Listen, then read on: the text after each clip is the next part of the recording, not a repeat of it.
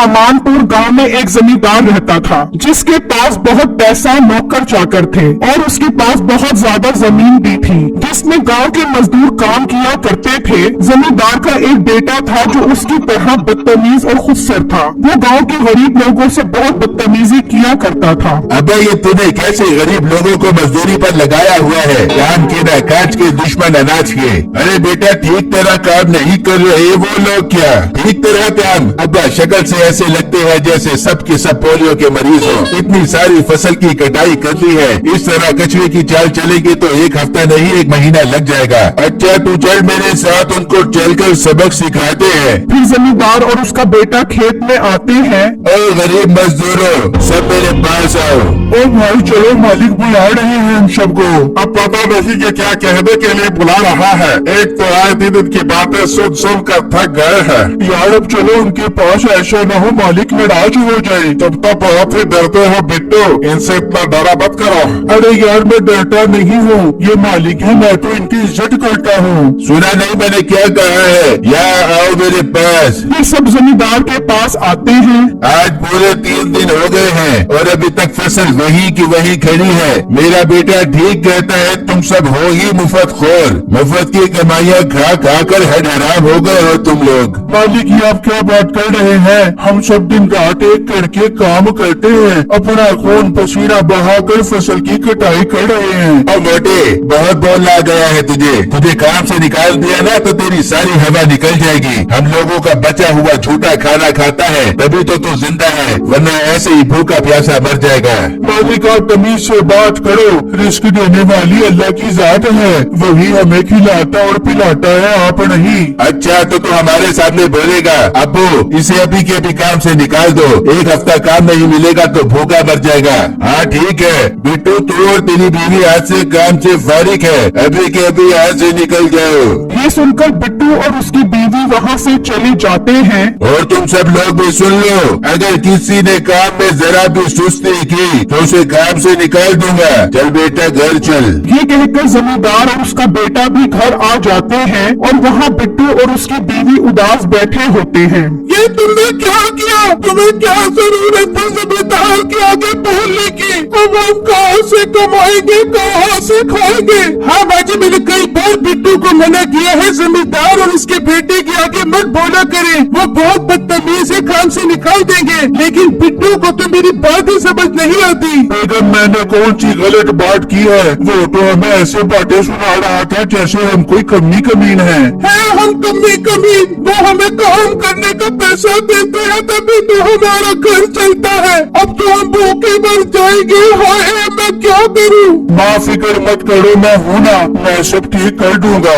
इस तरह 2-3 दिन गुजर जाते हैं और जमींदार अपने बेटे को एक हेलीकॉप्टर लेकर देता है। अबू जान बहुत अच्छा किया आपने जो मुझे हेलीकॉप्टर लेकर दे दिया। अब मुझे जमीन पर और दूसरी जगह जाने में कोई मुश्किल नहीं हुआ करेगी। हाँ बेटा अपने पास पैसा ही बहुत है, कहाँ खर्च करेंगे ये पैसा?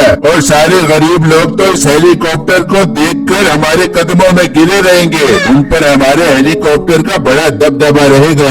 हाँ अबू जान आपने बात तो बिल्कुल ठीक की है, मैं जाता हूँ जमीन पर और सब लोगों को हेलीकॉप्टर दिखाता हूँ। मीठा हेलीकॉप्टर में बैठता है और उसे उड़ाकर ले जाता है और जमीन पर पहुंच जाता है। सब लोग उस हेलीकॉप्टर को देखकर परेशान हो जाते हैं। मालिक ये क्या चीज है? ओ गरीब लोगों, ये हेलीकॉप्टर है।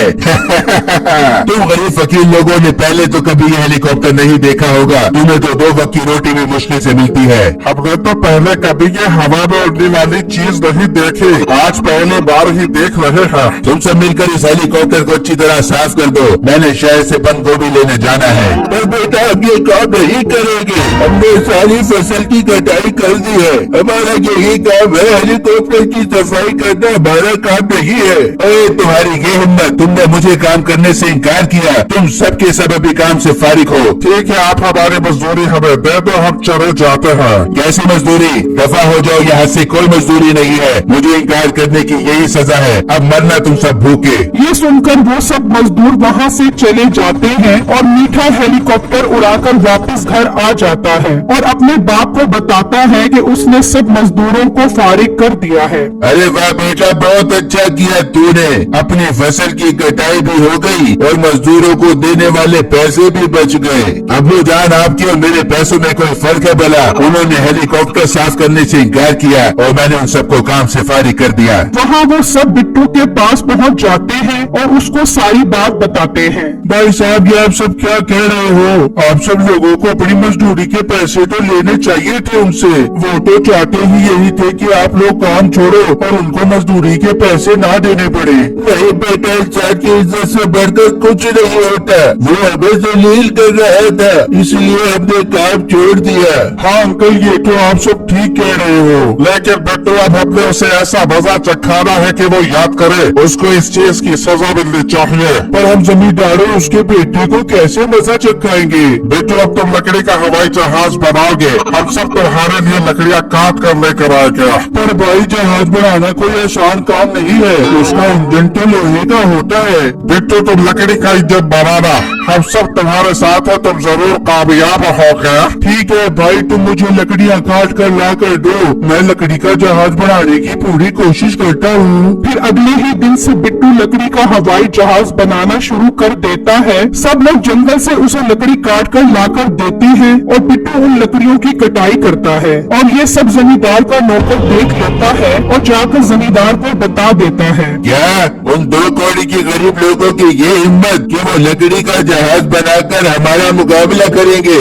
अब्बू जान, मुझे तो हंसी आ रही है। लकड़ी का हवाई जहाज, लकड़ी का खिलौना तो बन सकता है, हवाई जहाज नहीं। हाँ, कह तो ठीक ही रहा है, चल चल कर देखते हैं। फिर वो बिट्टू के घर पहुंच जाते हैं तो वो आधा हवाई जहाज तैयार कर चुका होता है। ओ गरीब लोगों, तुम्हें हमने नौकरी से क्या निकाला? तुम्हारा तो दिमाग ही सटिया गया है। ये लकड़ी का खिलौना बनाना शुरू कर दिया। ये लकड़ी का खिलौना नहीं है, लकड़ी का जहाज तैयार हो रहा है। हवाई जहाज? अबे मोटे, जब ये तैयार हो जाए तो इसे माचिस की तीली लगाकर आग लगा दी, ये खाना बनाने के काम आएगा। खाना बनाने के काम नहीं, तुम्हारे हेलीकॉप्टर से मुकाबला करने के काम आएगा। हमारे हेलीकॉप्टर का मुकाबला करेगा तो तेरी औकात है ये? चले काम करते हैं, अगर तेरा ये लकड़ी का जहाज तैयार होकर हमारे हेलीकॉप्टर से जीत गया तो मैं अपनी सारी जमीन और घर तुम्हारे नाम करवा दूंगा। हाँ, हमें मंजूर है। हाँ, हमें मंजूर है। लेकिन अगर तुम्हारा लकड़ी का हवाई जहाज ना उड़ सका तो तुम सब गाँव वालों को अपने घर हमारे नाम करने पड़ेंगे और ये गाँव छोड़ना पड़ेगा। ठीक है, हमें मंजूर है। क्यों सब गाँव वालों, आपको भी मंजूर है? हाँ, हमें मंजूर है। मंजूर है हमें। अब ठीक, 1 हफ्ते बाद हमारा मुकाबला होगा। ये कहकर जमींदार और उसका बेटा हेलीकॉप्टर में बैठकर वहाँ से चले जाते हैं और घर आकर बहुत खुश होते हैं कि अब पूरा गांव ही उनका हो जाएगा। वहाँ बिट्टू दिन रात मेहनत करके हवाई जहाज तैयार कर लेता है। लो गाँव वालों, लकड़ी का जहाज तैयार हो गया है, अब कल हमारा उनसे मुकाबला है। बिट्टू बेटा, के हवाई जहाज उड़ेगा तो ऐसा ना हो हम हार जाए और हमें खड़ा गाँव भी छोड़ना पड़े। नहीं माँ जी, मुझे उम्मीद है कि हवाई जहाज जरूर उड़ेगा। मैंने इसका बहुत मजबूत लकड़ी का इंजन बनाया है। ठीक है, अब हम सब कल मुकाबले के लिए पहुँच जाएंगे। फिर जब अगला दिन निकलता है तो मीठा और उसका बाप हेलीकॉप्टर उड़ाकर जमीन पर आ जाते हैं और बिट्टू और सब लोग भी हवाई जहाज लेकर जमीन पर पहुंच जाते हैं। आ गया गरीबों का लकड़ी का हवाई जहाज, चलो मुकाबले के लिए तैयार हो जाओ। फिर सब लोग हवाई जहाज में बैठ जाते हैं और मीठा अपना हेलीकॉप्टर उड़ाकर ले जाता है। बिट्टू, हवाई जहाज उड़ाओ, मीठा चला गया है। हाँ भाई, मैं उड़ा रहा हूँ। हवाई जहाज आहिस्ता आहिस्ता चलना शुरू हो जाता है। अब उनका जहाज तो उड़ ही नहीं रहा, हम जीत गए, अब पूरा गांव हमारा हुआ। बिट्टू, ये जहाज उड़ क्यों नहीं रहा? उड़ेगा, जरूर उड़ेगा। तभी लकड़ी का जहाज हवा में उड़ जाता है और मीठे के हेलीकॉप्टर से आगे निकल जाता है। अब हम लौट गए, ये तो इनका लकड़ी का हवाई जहाज हमारे हेलीकॉप्टर से जीत गया। ये सब तेरी कमकली की वजह से हुआ है। अब तो हमारी सारी जमीनें और घर भी हमारे हाथ से निकल गया। वहाँ बिट्टू, तुम्हारी मेहनत काम कर गई, हम जीत गए, हम जीत गए। फिर बिट्टू लकड़ी का जहाज लेकर वापस जमीन पर आ जाता है और जमींदार अपनी जमीन और घर उनके नाम करके गांव छोड़कर चले जाते हैं।